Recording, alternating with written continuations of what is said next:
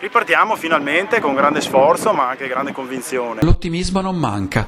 Lo sforzo dei gestori degli stabilimenti balneari per recuperare il tempo perduto è stato notevole e ora Jesolo è pronta per ripartire. Lungo tutti i 13 chilometri di spiaggia attrezzata per accogliere i bagnanti, la preparazione, che fino all'anno scorso iniziava già a fine aprile, è stata rinviata a maggio e concentrata in pochi giorni.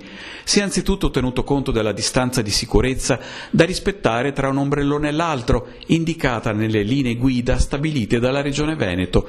Non meno di 4 metri di distanza, che corrispondono ad uno spazio di 16 metri quadrati a disposizione per ogni ombrellone e per i 2 lettini. In quest'estate 2020, ormai alle porte, per i gestori jesolani delle concessioni demaniali, il rispetto di questa regola inderogabile di sicurezza ha comportato una riduzione degli ombrelloni disponibili variabile tra un minimo del 20%, per chi l'anno scorso già gli ombrelloni e i lettini li teneva più distanti tra loro, fino ad un massimo del 30% in meno. Una circostanza che avrà, se non altro, il pregio di garantire ai bagnanti più comfort e maggiore privacy.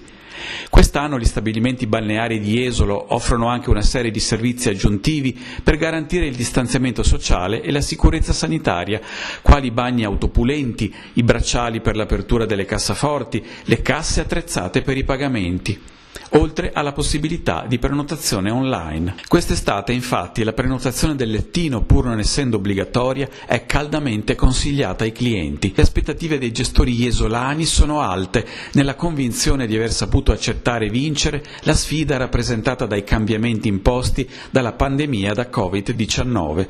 Dopo quasi 3 mesi di lockdown, i primi segnali lasciano ben sperare per tutta la stagione. Oltre alle aspettative, infatti, sono state le prenotazioni ricevute in questi giorni dai gestori degli stabilimenti jesolani, che quest'anno avranno anche il compito di spiegare ai bagnanti le nuove e rigorose regole da rispettare in spiaggia. Le domande più frequenti è su come si devono comportare al loro arrivo, se dovranno utilizzare la mascherina o meno. E se sotto l'ombrellone non sarà obbligatoria, all'interno della spiaggia la mascherina accompagnerà i bagnanti in tutti gli spostamenti tipici e necessari in una tipica giornata al mare, per accedere agli spazi comuni, per recarsi agli spogliatoi, per andare a prendersi un toast o un gelato. Dunque anche la Jesolo estiva, che abbiamo sempre conosciuta, ha ripreso a vivere, e per chi le spiagge le gestisce per mestiere, ora la parola d'ordine è solo una: andrà tutto bene. Questo è il nostro mantra, essere ottimisti e essere pronti per ricevere i nostri ospiti.